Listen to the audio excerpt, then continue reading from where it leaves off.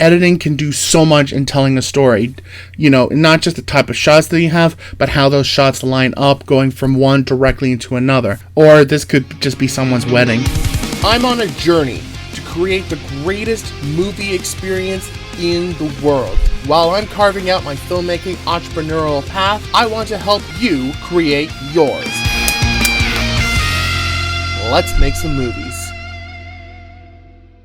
Hello everyone, James Martin here, and I'm back with another video, and this time I wanted to try something new, something that I've seen a lot of people do on the internet nowadays, where they have a professional in some sort of industry critiquing like movies and scenes and whatnot that deal with their particular expertise. Now today I'm actually not going to do a reaction video. I'm actually going to do that next week.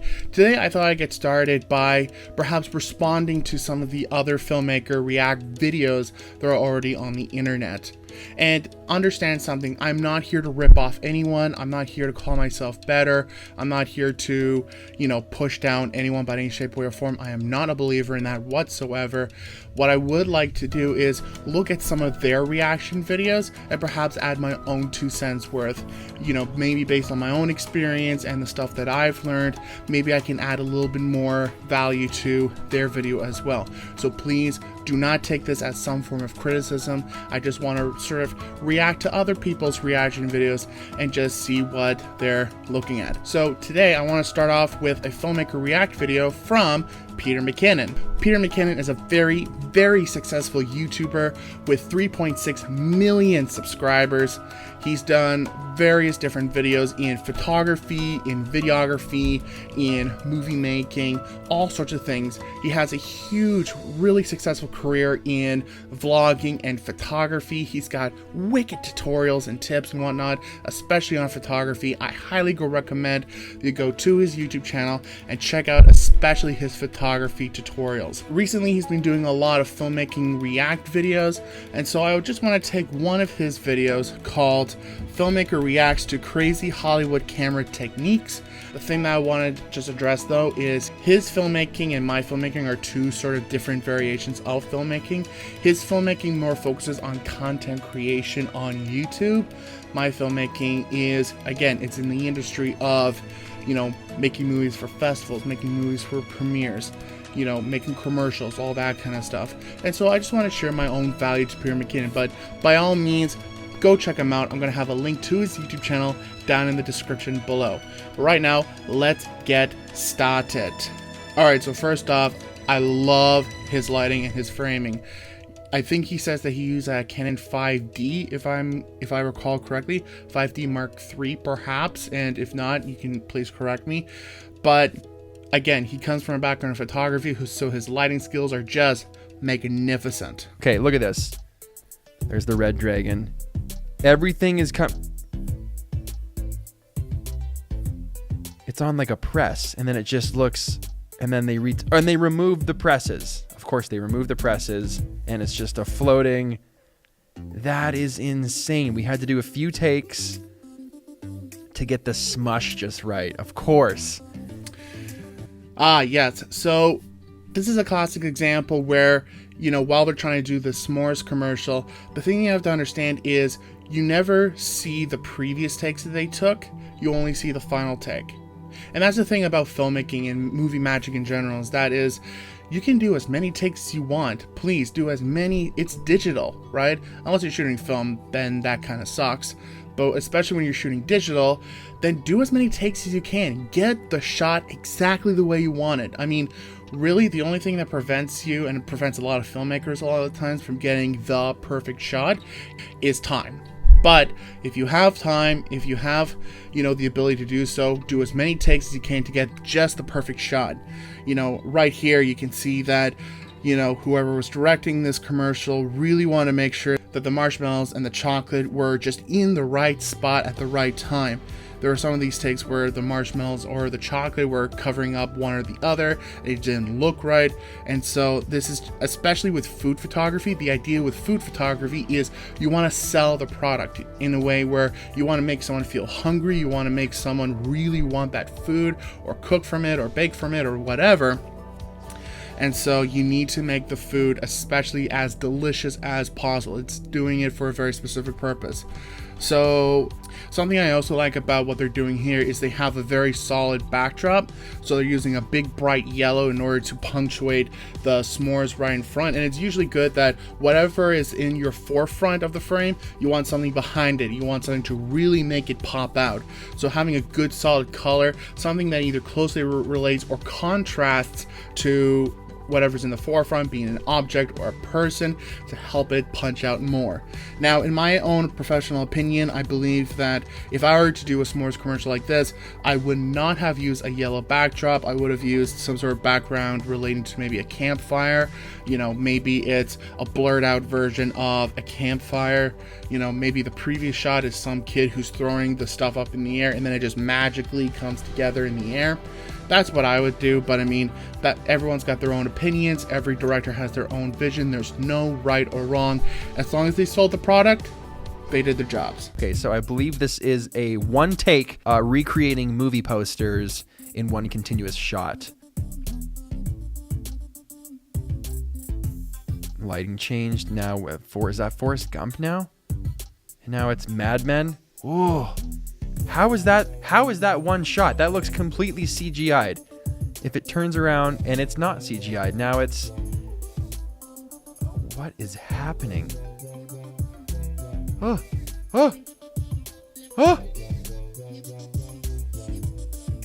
There's no way this is... It is one shot.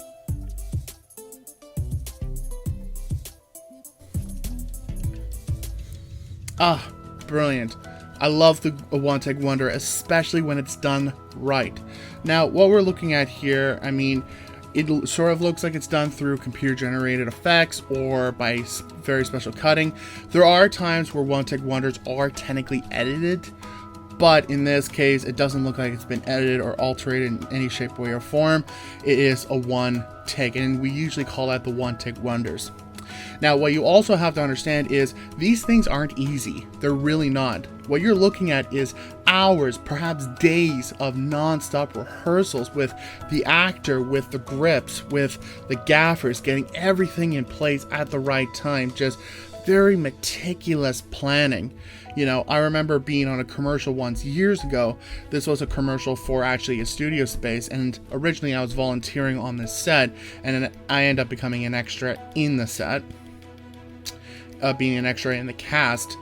And it was a very simple shot. It was a one take wonder going from one room into another, and there was all sorts of various activities happening, but we were rehearsing that for hours. So the whole entire morning was just blocking, getting everything right, and then we spent the better part of the afternoon just rehearsing again and again and again and again. And then finally in the afternoon they actually brought in a pony, I believe it was like a pony, horse, donkey, something. And the thing was, because we only had limited time with the horse or whatever the animal was on set, that we just practiced nonstop until the animal got there. And then when the animal did get there, not only did we do several takes, but we just punched out as many takes as we possibly could, just in case something were to happen. You know, maybe something happened even better. And just while we have it there, while everyone's there and we're in a good rhythm, just might as well do it again and again and again. So these one take wonders, as beautiful as they are, take hours, sometimes days of rehearsals and planning. Risky way to get the shot. Dude's walking through the door, going down the stairs in the bottom frame, and the camera is following him down the stairs. Okay, so they've got the whole movie rig, or whatever rig, on a rope, and they're just lowering it down the stairs. And that's pretty smooth for just doing it on a rope.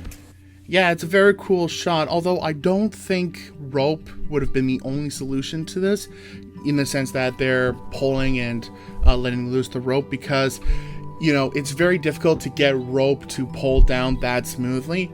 And so normally what you would do for something like this is you would have the camera and would be on a stabilizer rig, and this way it allows it not only just to balance, because this is the same rig that someone would be using with their hands, so obviously if your hands are moving, this prevents the camera from moving as well. It remains stabilized. But you can also have someone with a remote control that can make the camera go up, down, left, right, and just tilt in all shape, ways, and forms. And my guess is that they probably have a rope attached to some sort of machine, and that machine is gradually letting go of the rope so that the camera falls exactly the way they want it to. There's probably a few more other things to it, because just to prevent the camera from spinning unnecessarily, but rope is very, very tricky. But I mean, they pulled off the shot and it just looks absolutely amazing. I would have really loved it actually if there was a cameraman somehow on the bottom of the staircase that just sort of grabbed the camera and continued out the door. That would have been really, really cool. And again, something that you have to understand is, as beautiful as these shots are, these type of tricks take hours, sometimes days of practice and rehearsals. You know, one of my favorite filmmakers of all time, Jackie Chan, talks a lot about doing multiple takes. And I mean, when you think about Jackie Chan and like several of the tricks that he does with stunts, with fight choreography, he often says that a lot of people think that, you know, he's just super brilliant and super talented, that he can just do these sort of things just like that. But he says to everyone, no, anyone can do the tricks that he does, but what he does is he has patience to do the same shot again and again and again and again, right? You know, sometimes he does 120 takes just to throw a fan up in the air, and while it's spinning, grab it in just the right way. So it's a matter of patience, and do you have the time? Sometimes certain film sets don't have the time. Everything costs money. So you can do something like this with a little bit of creativity and a whole lot of patience. We got blood dripping towards like a bag of Coke, and it's soaking into the Coke. We're zooming in. We're zooming in. We're zooming. Oh! Okay, hang on. Again, a fantastic use of camera work, as well as a really brilliant use of a transition in editing. There's a few things to take away from this. So number one, the obvious fact that the Coke is lined up in a way so that when the camera is just in the right spot, it's cross-faded into the second shot, it all matches. So believe it or not, that's the easy part. But two, it's brilliant editing to use for your cuts, going from one shot to another in order to tell a story, right? Because in the first shot, we have blood and we have Coke and we have sort of this uncomfortable setting that's sort of telling us a bit of a story. And then when it fades into the second shot, both these two shots and this cut are telling us information. You know, Alfred Hitchcock once talked about how editing can do so much in telling a story. You know, not just the type of shots that you have, but how those shots line up, going from one directly into another. Already with these two shots, we get so much information about what the story is about. So that's just something very important to take away. And my guess is when they were trying to get these two shots together, what they probably did was they shot the live action stuff first. So they got the camera, they planned out what they wanted this to look like. So they had the camera pointing down and then tilting back up to reveal, you know, the guys and the soldiers and the house. And then later on, they tried matching up the Coke and the blood. They rigged the camera to go to a very specific place at a very specific time. They lined up the Coke so that when the camera was right at a very specific point, it looked just like, you know, the dirt and the mud in the next shot. And I reckon they probably just used a very subtle crossfade. I don't think there'd be any CGI in there whatsoever, unless they did it for the blood. But the blood sort of looked like they might have done some sort of a rig so that the blood or whatever liquid they used would fall and would hit the pile of Coke. Or I doubt that it was actually Coke. It might have been just flour, and, you know, make sure that all looked good. What I see when someone says you can fix it in post, that's someone's timeline. I didn't even realize that. Dude, look at this picture. You remember the bucket shot? This looks like someone's computer's defragging. Do you guys remember when you would defrag a PC? That's a disgusting timeline. Just disgusted in that. There's no organization whatsoever. I know there's color-coded clips. How would you find anything in there? Yeah, I'm not a big fan of the will fix it in post either. Now, what you're looking at is most likely a timeline of what's called a locked cut. So there's 4 stages in editing. The first one is where you just throw your clips on a timeline just to find the right takes that you want to use. Then there's the rough cut, which is roughly just putting everything in place. There's a final cut, and the idea of the final cut is you're constantly revisiting this edited timeline, getting all your shots and all your tracks and all your edits right in the right places.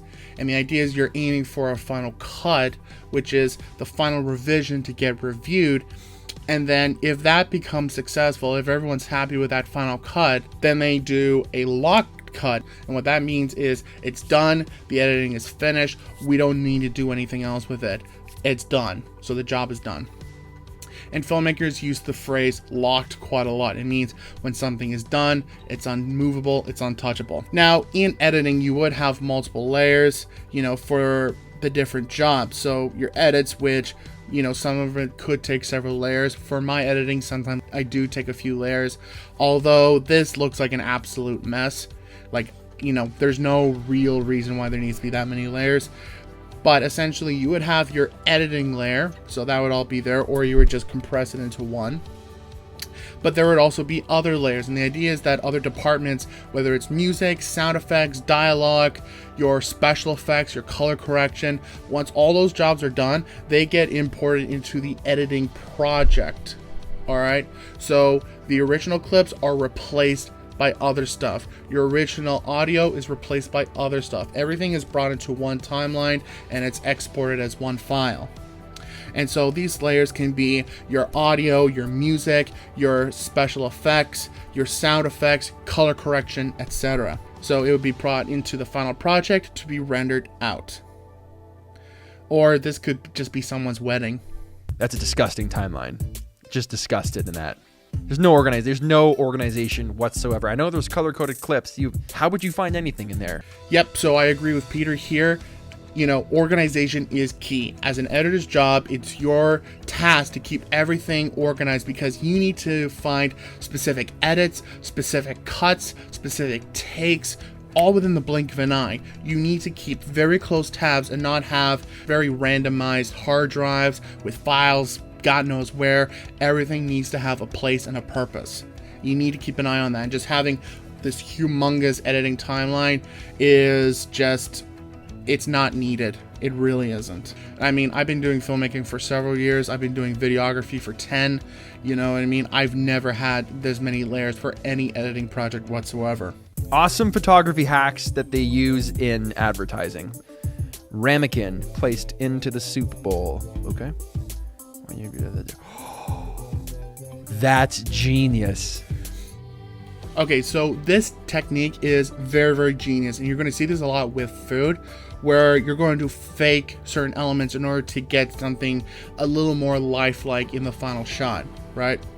So even in movie making and videography, commercials, you name it, we do a lot of faking, right? And when I say faking, it's about what do we see in the frame.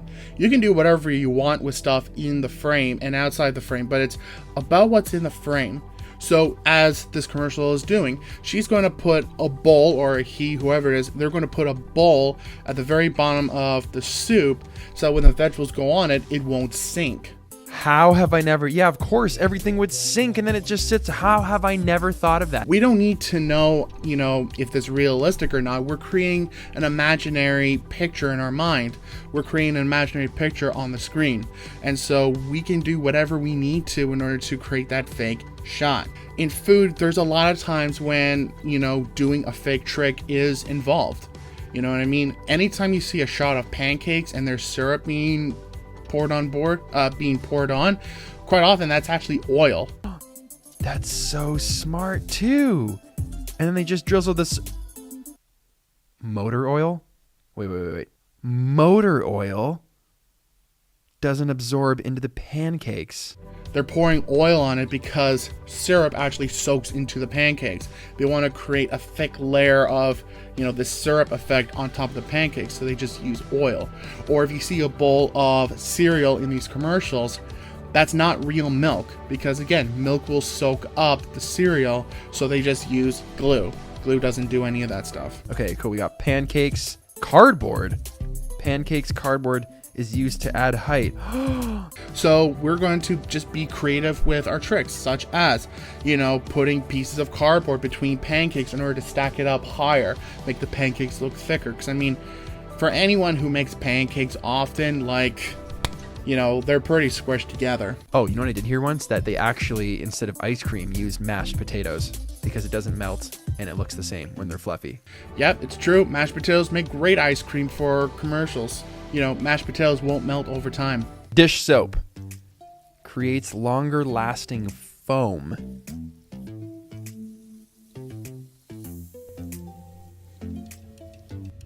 You know, this reminds me of a video that I made years ago where my family runs a performing arts studio, and for one of the recitals, they wanted to do this thing where one of the kids' dance numbers was Splish Splash. And I was going to create a backdrop, like a video that would play behind them on stage while they're dancing in front. And so what I did was I got a very small kiddies pool, and I mean, these kids were between like 8 and 12.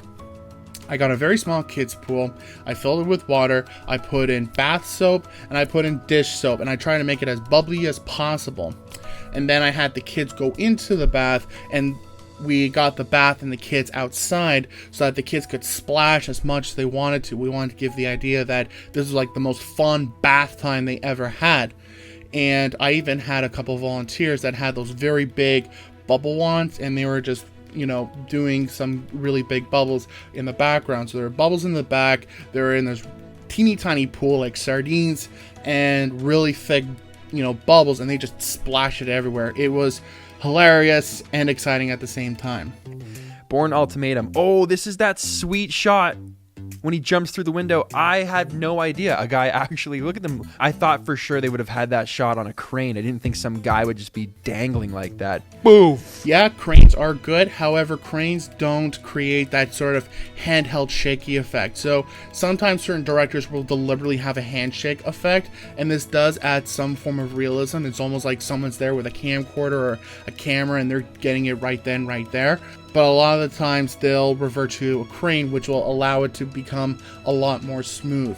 You know, for this, again, they wanted the idea of a shaky cam and following the character right over the roof and into the window. And so a crane would not have been, you know, able to create that shaky effect. But yeah, I mean, you would be amazed at what most cameramen will do just to get the shot. Okay, Contact tricky mirror scene. Running down the hallway. Oh, we're in the slow-mo now. Dramatic. She's got that slow. That run looks a little weird. Almost looks like she's running backwards or something. And then, oh yeah, this shot. It's mind sorcery at its best when it comes to cinematography. Unfortunately, as far as I know, there is no behind the scenes showing what they did.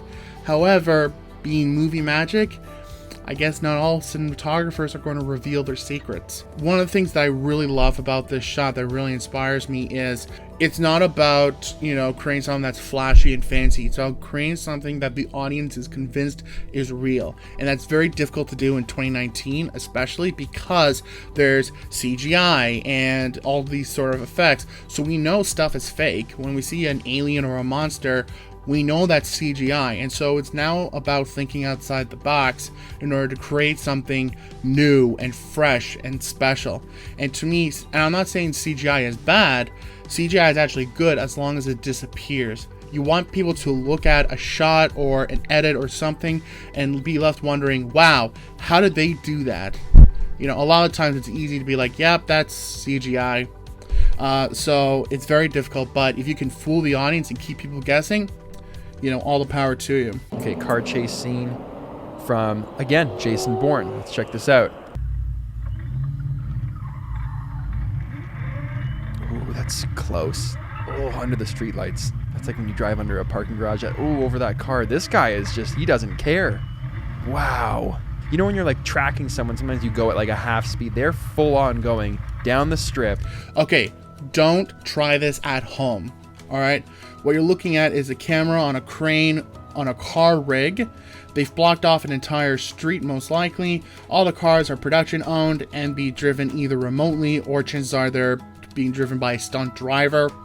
The main cars in the chase are expert stunt drivers. It allows, so that way you don't have to see the actors' faces. All you're focusing on are the cars, and you're just mind painting the picture that the characters are in those cars. They're being driven by professional expert stuntmen who've been doing this for a long time. They know what they're doing. And you're also looking at, again, the results of multiple hours, maybe even days of practicing and rehearsals just to get the final shot. Because when you're dealing with cars driving at that ridiculous speed and going around each other in a very risky way, you know, so many things could go wrong. And so again, please don't try this at home. These are created with, you know, professional experts.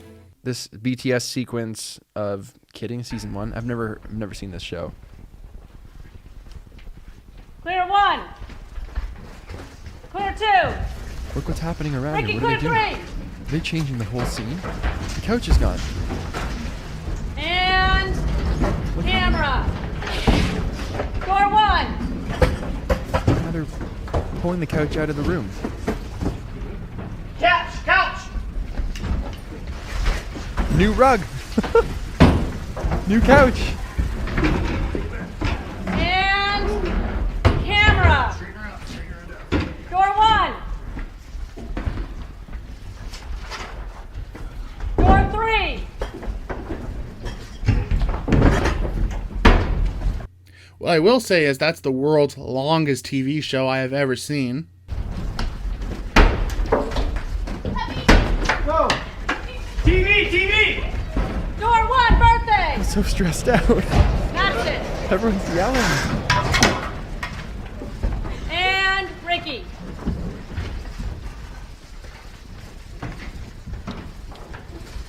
The lighting? They're Perfect. still going. And now there's people. And there's Ricky. I don't even know what to say with this. I'm so confused. Now we're doing yoga. Nina. Stay. Ready? Go. Door 3 out. Close the door.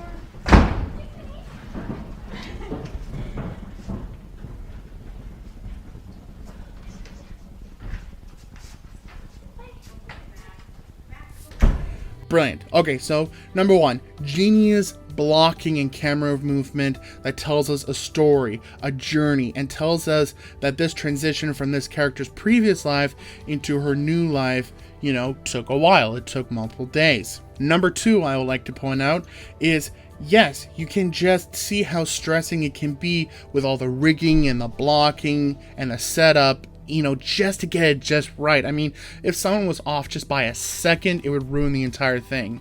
I mean, can you imagine being the one guy where you do the entire take and then at the very last second you mess up and then everyone has to start all over again? I hate to be that one. But I mean, this also shows you, again, a very special technique that we've been talking about, which is it doesn't matter what happens off camera. It's all about what happens inside the camera. If you can fake it, great, all the power to you. It doesn't need to matter about, you know, are we doing everything sort of fancy and correct. It's about, you can do whatever you want just to get whatever we need in the frame. And while I was watching this, I just noticed that they have to use an actress and a body double. Now, a body double is used multiple times in movies. What it basically is when you have someone else who has the same sort of physique as your actress or your actor, and then you can have your actor and the body double, you know, basically jumping in and out, or possibly in the same scene doing relatively the same thing to create certain illusions. In this case, they wanted to constantly have the character in certain shots during this one take. That's a lot to pull from your main actress, and some of the shots aren't even doable, right? Like you have the actor here, you have the character here, and then like a second later it's the actress.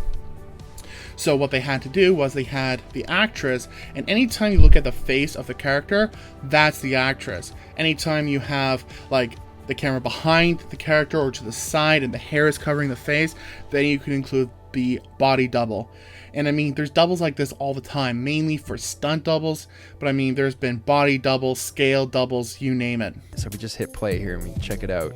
Just see them and then it's like, whoa, how? Oh, it's one of those little barrel lens. Yes. All right, now I've seen this trick several times, never really with a very minute looking camera.